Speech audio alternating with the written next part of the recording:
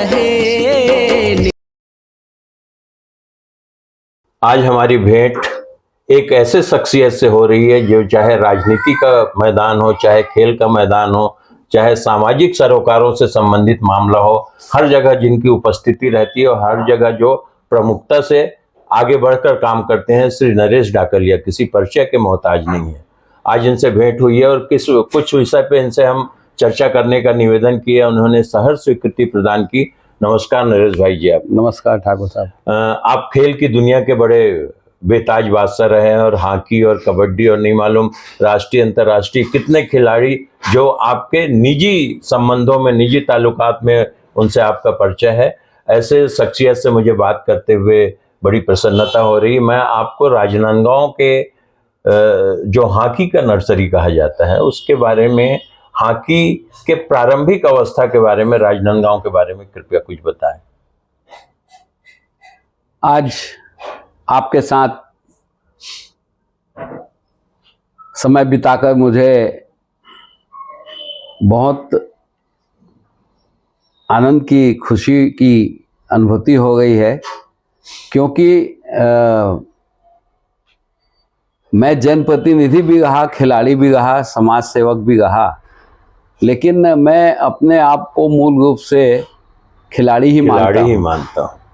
आप में आपका जो तेवर है, आपके जो संस्कार हैं, आपकी जो आदतें हैं, वो खिलाड़ी के रूप में ही है और हर चीज को आप खेल के रूप में रहते हैं। मैं परिणाम की आप चिंता नहीं करते। ये आपकी खासियत है, खेल भावना। ये खेल भावना। ये मैं सबसे अब अपन मुद्दे पे आते हुए ये पूछना चाह रहा हूँ कि अंतर्राष्ट्रीय एस्ट्रोटर्फ जो एक खेल का मैदान बना है उसकी वर्तमान स्थिति देखिए। दिसंबर का महीना आ रहा है, राष्ट्रीय स्तर का जो हॉकी का टूर्नामेंट है और राजनांदगांव में आगामी दिनों में होगा परंपरा अनुसार।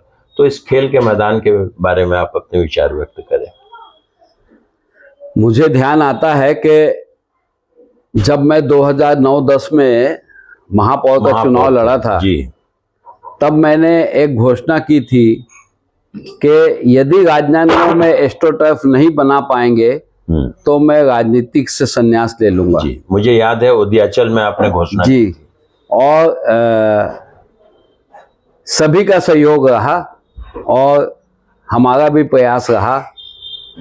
और डॉक्टर रमन सिंह जी जो यहाँ के विधायक और मुख्यमंत्री भी थे, है ना, उन्होंने भी इसमें अपनी सहमति प्रदान की और इस तरह से राजनांदगांव को एस्ट्रोटर्फ, प्रदेश का पहला एस्ट्रोटर्फ जो समय की मांग थी जी, वो प्राप्त हुआ। जी, मैंने देश में अनेकों जगह एस्ट्रोटर्फ मैदान देखा है जी, लेकिन इस बात का बहुत दुख है कि जितनी दुर्दशा राजनांदगांव के एस्ट्रोटर्फ मैदान की है जी, उसकी तुलना मैं किसी भी एस्ट्रोटर्फ से नहीं कर सकता।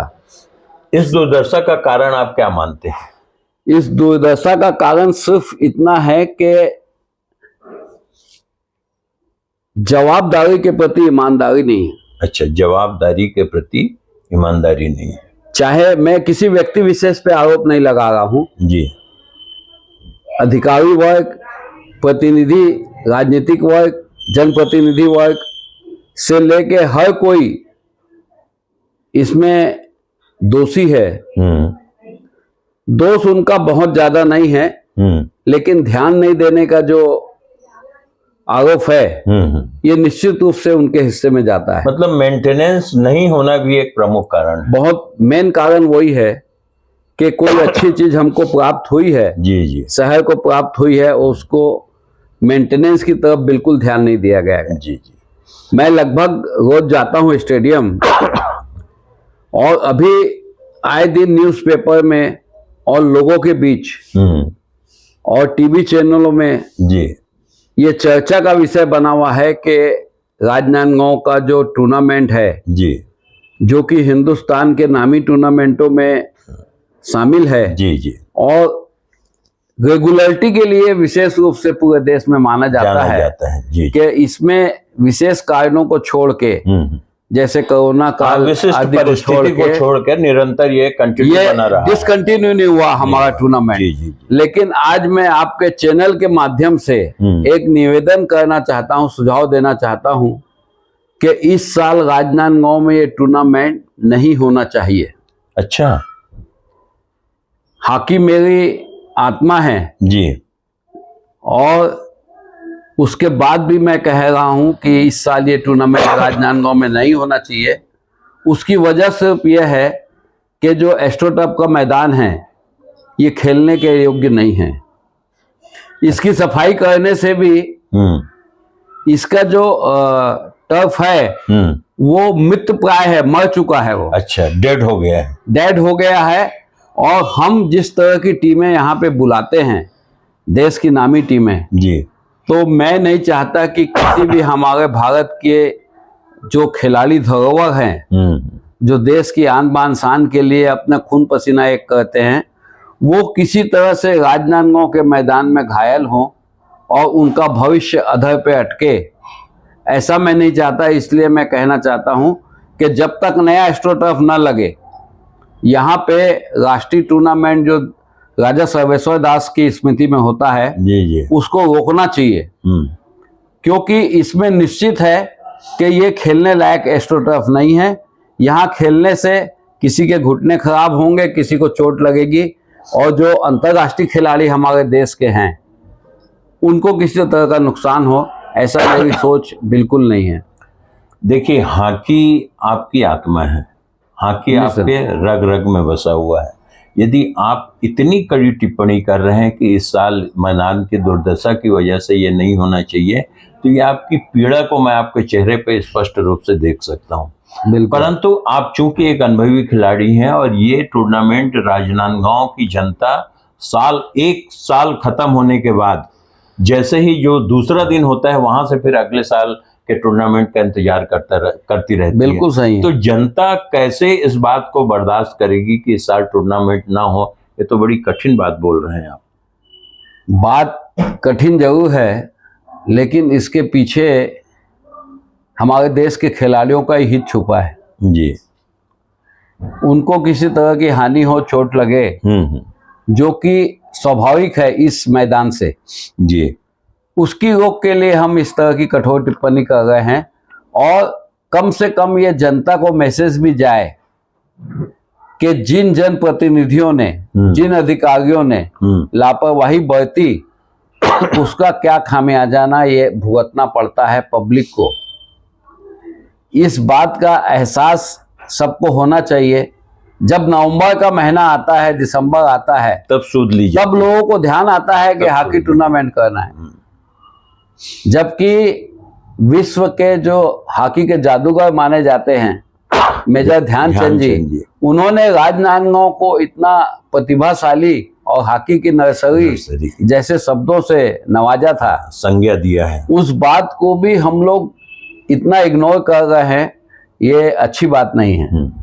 देखिए, अपनी जिम्मेदारी। जी, मैं जहाँ तक मेरा जो ऑब्जर्वेशन है वो ये है कि जब दिग्विजय स्टेडियम का जब निर्माण हुआ तो वहाँ का जो डस्ट फैला है और वहाँ उड़ उड़ के जो अंतर्राष्ट्रीय स्टेडियम में और आजू बाजू के सराउंडिंग एरिया को जो प्रदूषित किया है, वो भी बहुत बड़ा कारण है कि इतनी जल्दी मतलब कुछ ही दिन के अंदर ये इतनी दुर्दशा हो गई एस्ट्रोटर्फ की। निसंदेह जो आप कह रहे हैं वो प्रभावशाली कारण है, लेकिन पिछले लगभग 4 वर्षों से ये मैदान जो है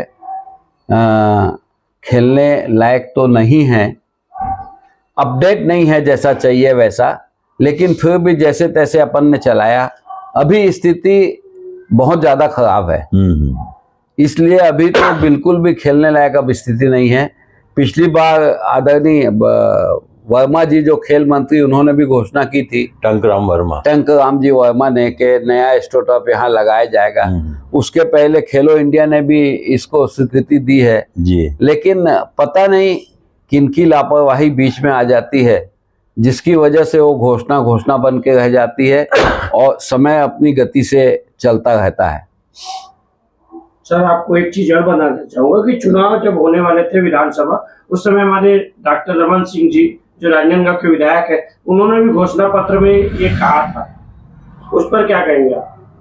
नहीं, डॉक्टर रमन सिंह जी की ही एक तरह से देन है एस्ट्रोटर्फ, है ना। मैं अपने स्वभाव के अनुरूप ज़्यादातर राजनीतिक होकर बात नहीं करता हूँ। जो फैक्ट है उसी को मैं कहना चाहता हूँ, कहूँगा। राजनीतिक नफ़ा नुकसान मैंने कभी नहीं देखा जीवन में, लेकिन जो उसको मेंटेन करने की बात थी, उसके लिए जो लोग जिम्मेदार हैं उन पे कुछ न कुछ कार्यवाही भी होनी चाहिए, कोई कठोर कदम उठाने चाहिए, ताकि फिर एस्ट्रोटर्फ लगेगा फिर उसकी दुर्गति ना हो। एस्ट्रोटर्फ तो लगना तय है, लेकिन समय रहते लगता तो और अच्छा होता। इस साल का टूर्नामेंट भी उसी तरह से होता जैसे हर वर्ष हमारे यहाँ टूर्नामेंट होता है। इस साल मेरे को उम्मीद नहीं है कि टूर्नामेंट यहाँ हो पाएगा। बाकी प्रशासन और शासन चाहे तो फॉर्मेलिटी के रूप में पूरा कर ले, लेकिन वो उचित मैं नहीं मानता उसको। और जो लोग भी दोषी हों भविष्य में इसके लिए, उनकी एक जिम्मेदारी तय की जाए, उसको दंडित किया जाए। कोई भी एक अच्छी चीज़ यदि अपने यहाँ पे शहर को उपलब्ध होती है तो उसका मेंटेनेंस भी प्रॉपर होना चाहिए। और निस्संदेह इसके लिए अधिकारी वर्ग ज़्यादा जवाबदार है, क्योंकि ये पब्लिक के हाथ में नहीं है कि जनता इसका मेंटेनेंस करे। किसी समय में जब दिग्विजय स्टेडियम बना था जी तब ये पूरे मध्य प्रदेश का पहला ऐसा स्टेडियम था जी, जो जनता के पैसे से बनाया गया। बहुत बढ़िया। और इसकी एक कमेटी होती थी जिसमें जनता के लोग होते थे। अभी जिस तरह से अधिकारी लोग इसको मैनेज करते हैं, अधिकारियों का अधिकार हो गया है, उसके बाद जो लापरवाही है वो भी उन्हीं के हिस्से में जाती है। चलिए, मेरा आपके बातों से मैं इसी आपकी बातों का लब्बा-लुआब यही मैं समझ रहा हूँ कि तकनीकी जानकारी नहीं होने का भी एक बड़ा कारण है कि इतनी कीमती चीज़ को हम इतना ऐसे बर्बाद होते देखे हैं। भविष्य में जो